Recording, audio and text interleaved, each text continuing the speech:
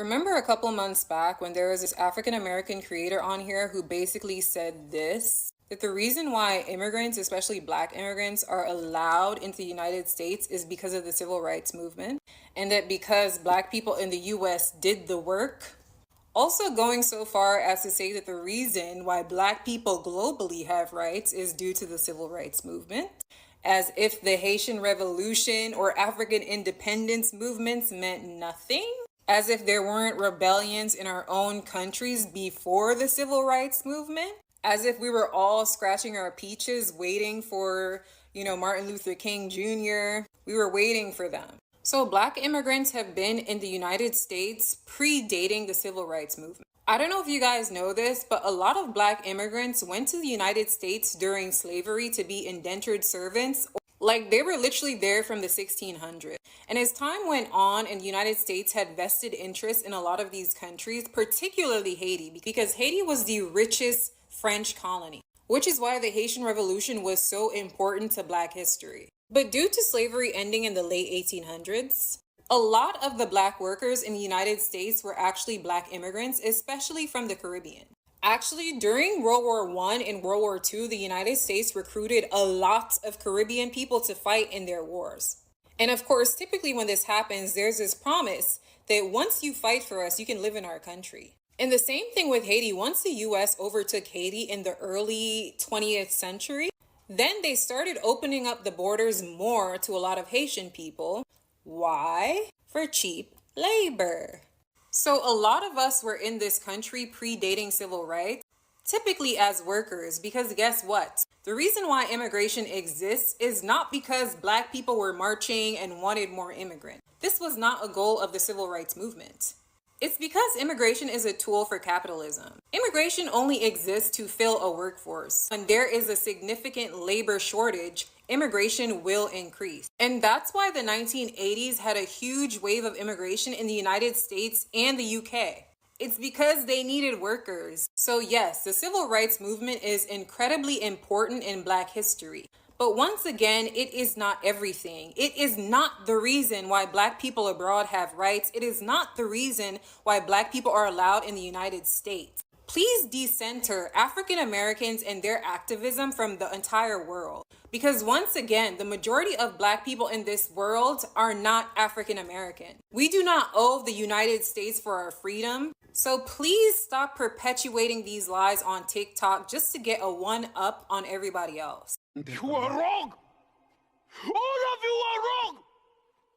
Now, I'm just going to be honest. As soon as I heard and saw the individual that was speaking, I automatically knew that something was up. I knew that something wasn't right. And by golly, I had to do my research. And when I did my research, and the reason why her name is blocked out is because she called herself Wander and something that starts with an S. And so that's why that's blocked out. So as soon as I looked her up and I saw these images up there, I was like, you sound way too pro about certain things. And then you're specifically wanting to try to say certain things about Black Americans yet again. And I'm like, so you're in America, but yet you're Jamaican and you're talking badly about Black Americans and trying to school us directly on the history that took place. And then you also wanted to state that there was this great abundance of people from the islands that came directly here. But yet you guys do not outnumber the mass majority of the Mexicans who were here and the many other Europeans that were here. Even the Jews that came here, you do not outnumber them. So I'm not sure what great number specifically you are talking about, but it's not as high as you make it seem to be. So instead of me talking, we're going to get directly to history. Number one is just a chart. This is showcasing the 1790s before, right? So United States historical population. So you see African, England, Scots, Irish, German, Scotland, Ireland, Netherlands, Wales, France, Jewish, Sweden, other, British Isles, and then you also see the total. Now, I want to note that nowhere up there do you see the Haitian or the Caribbean amongst any of these listings of names. If anything, they may be listed in other. But as I stated before, that other does not outnumber the totality of the immigrants that came directly into the United States. 1790 to 1850. Excluding enslaved Africans, see slave trade in the United States. There was relatively little immigration from 1770 to 1830. Significant immigration from the United States to Canada, including about 75,000 loyalists, as well as Germans and others looking for better farmland in what is now Ontario. Large-scale immigration in the 1830s to the 1850s came from Britain, Ireland, and Germany, and most were attracted by the cheap farmland. The Irish Catholics were primarily unskilled workers who built a majority of the canals and railroads and settled in urban areas. Many Irish went to emerging textile mill towns of the Northwest, but others became longshoremen in growing Atlantic and Gulf port cities. Half of the Germans headed to farms, especially in Midwest, with some to Texas, and the other half became craftsmen in urban areas. Immigration totaled 8,385 in 1820, gradually increasing to 23,322 by 1830. 1820s, immigration doubled at 143,000. Between 1831 and 1840, immigration quadrupled to a total of 599,000. That included 207,000 Irish, who immigrated after Britain's ease of travel restrictions, 102,000 Germans, 76,000 British, and 46,000 French were the next largest immigrant groups of the decade. Between 1841 and 1850, immigration nearly tripled again and totaled 1,713,000 immigrants, including at least 781,000 Irish, 435,000 Germans, and 267,000 British and 77,000 French. So this is the population of foreign-born from 1790 through 1849 census population, immigrants per decade. The foreign-born population in the United States likely reached this limit around 1815 at approximately 100,000 or 1% of the population. By 1815, most of the immigrants who arrived before the American Revolution had died, and there had been almost no new immigrants thereafter.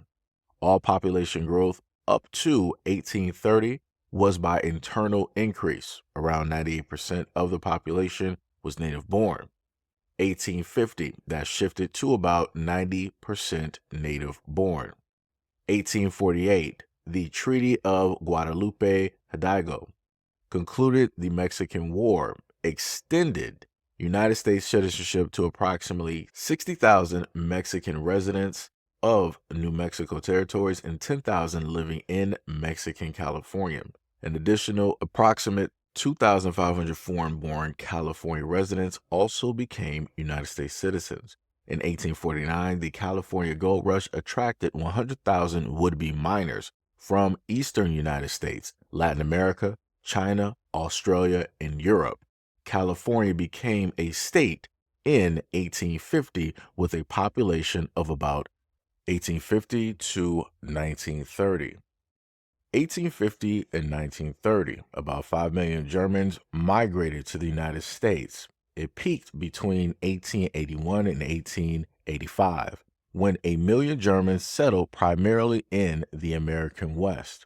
When the Dakota Uprising ignited, the United States used the opportunity to clear the land and make way for more European settlement.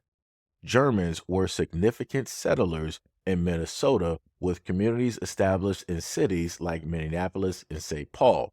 By 1860, Minnesota had a notable German-American population contributing to the state's development and growth. 1820 and 1830, 3.5 million British and 4.5 million Irish entered America. 1880. Large steam-powered ocean-going ships replaced sailing ships, which resulted in lower fares and greater immigrant mobility. In addition, the expansion of the railroad system in Europe made it easier for people to reach ocean ports to board ships. Young people between the ages of 15 to 30 were predominant among newcomers in this wave of migration, constituting the third episode in the history of United States immigration. Nearly 25 million Europeans made the long trip. Italians, Greeks, Hungarians, Poles, and other Slavs made up the bulk of this migration, with 2.5 to 4 million Jews being among them. More than 23 million immigrated to the United States from 1880 to 1930 alone. Many of these immigrants settled in urban centers. Not all of them stayed in the United States permanently. Some groups, like the Southern Italians, it was common to return to their place of origin, which about half of them did. Like 90% of Eastern Europeans, Jews who immigrated to the United States stayed permanently. By the 1890s, many Americans, particularly from the ranks of well-off white and native-born, considered immigration to pose a serious danger to the nation's health and security. In 1893, a group formed the Immigration Restriction League, and it and other similarly inclined organizations began to press Congress for severe curtailment of foreign immigration. Irish and German Catholic immigration was opposed in the 1850s by the Nativist movement originating in New York in 1843. As the American Republic Party, not to be confused with the modern Republican Party, Nativism was empowered by popular fears that the country was being overwhelmed by Catholic immigrants, who were often regarded as hostile to American values and controlled by the Pope in Rome. Active mainly from 1854 to 1856, it strove to curb immigration and naturalization, but its efforts met with little success. European immigrants joined the Union Army in large numbers, 177,000 born in Germany, 144,000 born in Ireland. Between 1840 and 1930, about 900,000 French Canadians left Quebec, migrated to the United States, and worked mainly in New England. About half of them returned. Since the population of Quebec was only 892,061 in 1851, 13.6 million Americans claim to have French ancestry in the 1980 census. Many of them have ancestors who immigrated from French Canada, since immigration from France was low throughout the history of the United States. After the American Civil War, some states started to pass their own immigration laws, which prompted the United States Supreme Court to rule in 1875 that immigration was a federal responsibility. In 1875, the nation passed its first immigration law, the Page Act of 1875, also known as the Asian Exclusionary Act. It outlawed the importation of Asian contract laborers, any Asian women who would engage in prostitution, and all people considered to be convicts in their own countries. In 1882, Congress passed the Chinese Exclusion Act by excluding all Chinese laborers from entering the country. The law severely curtailed the number of immigrants of Chinese descent allowed into the United States for 10 years. The law was renewed in 1892 and 1902. During that period, Chinese migrants illegally entered the United States through the loosely guarded United States-Canadian border. The Chinese Exclusion Act was repealed with the passage of the Magnuson Act in 1943. Prior to 1890, the individual states, rather than the federal government, regulated immigration to the United States. The Immigration Act of 1891 established a Commissioner of Immigration in the Treaty Department. The Dillingham Commission was set up by Congress in 1907 to investigate the effects of immigration on the country. The Commission's analysis of immigration led to conclude that the major source of immigration has shifted from Central, Northern, and Western Europeans to Southern Europeans and Russians. 1910s marked the high point of Italian immigration to the United States. Over 2 million Italians immigrated in those years, with a total of 5.3 million between 1880 and 1920. About half returned to Italy after working an average of 5 years in the United States. About 1.5 million Swedes and Norwegians immigrated to the United States within this period because of opportunity in America and poverty and religious oppression in the United Sweden, Norway. That accounted for around 20% of the total population of the kingdom at that time. Over 2 million from Central Europe, many Catholics and Jews, immigrated between 1880 and 1924. People of Polish ancestry are largest Central European ancestry group in the United States after the Germans. The immigration of Eastern Orthodox ethnic groups was much lower. Lebanese and Syrian immigrants started to settle in large numbers in the late 19th and early 20th century. In the 1920s and the 1930s, a large number of these immigrants set out west, with Detroit receiving a large number of Middle Eastern immigrants, and many Midwestern areas had Arab work as farmers. Congress passed a literacy requirement in 1917 to curb the influx of low-skilled immigrants from entering the country. The Emergency Quota Act was passed in 1921, followed by the Immigration Act of 1924, which supplanted earlier acts to effectively ban all immigration from Asia and set quotas for the Eastern Hemisphere so that no more than 2% of nationalities as represented in the 1890 census were allowed to immigrate to America. New immigration was a term from the late 1880s that refers to the influx of Catholic and Jewish immigrants from Southern and Eastern Europe, areas that previously sent few immigrants. The great majority came through Ellis Island in New York, thus making the Northeast the major target of settlement.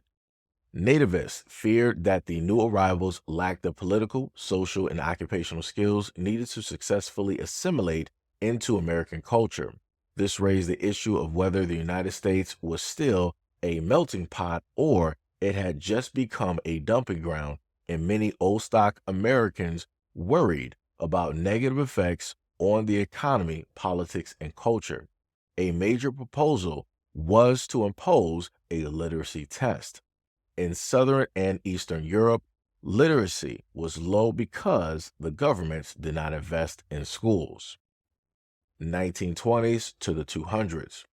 After the end of World War I, 1914 through 1981, and in the early 1920s, Congress changed the nation's basic policy about immigration. The National Origins Formula of 1921 and its final form in 1924 not only restricted the number of immigrants who might enter the United States, but also assigned slots according to quotas based on national origin. The number of immigrants coming to the United States between 1921 and 1922 decreased by nearly 500,000. It essentially gave preference to immigrants from Central, Northern, and Western Europe, limited the numbers of Eastern Europe and Southern Europe, and gave zero quotas to Asians. Legislation excluding Latin America from the quota system. Immigrants moved quite freely from Mexico, the Caribbean, including Jamaica, Barbados, and Haiti, and other parts of Central and South America. Immigration and Nationality Act of 1965. This all changed the passage of the Immigration and Nationality Act of 1965, a byproduct of the Civil Rights Movement and one of President Lyndon Johnson's Great Society programs. The measure had not been intended to stimulate immigration from Asia, the Middle East, Africa, or elsewhere in the developing world. After 1970, after the influx of European countries. Immigrants from places like Korea, China, India, the Philippines, Pakistan, and Africa became more common. There's no way out of this one. You're done. So let's do a further dive, and this is taken from an article labeled Caribbean Immigrants in the United States. It was written February 13th of 2019. In 2017, approximately 4.4 million Caribbean immigrants resided in the United States, accounting for over 10% of the nation's 44.5 million immigrants, with the notable exception of Jamaica. All major Caribbean nations were under direct United States political control at some point, which has created incentives and opportunities for the nationals of these islands to migrate to the United States. The first wave of large-scale voluntary migration from the Caribbean to the United States began in the first half of the 20th century and consisted mostly of laborers, including guest workers from the British West Indies program who worked in the United States agriculture in the mid-1940s, as well as political exiles from Cuba. The migration accelerated in the 1960s when United States companies recruited large numbers of English-speaking workers, from laborers to nurses from former English colonies, Jamaica. At the same time, political instability in Cuba, Haiti, and the Dominican Republic propelled immigration of member of elite and skilled professionals. The subsequent waves consisted mostly of their family members and working class individuals. In contrast, skilled professionals have consistently constituted a relatively high share of Jamaican immigrants to the United States. Between 1980 and the 2000s, the Caribbean immigrant population increased by more than 50% every 10 years.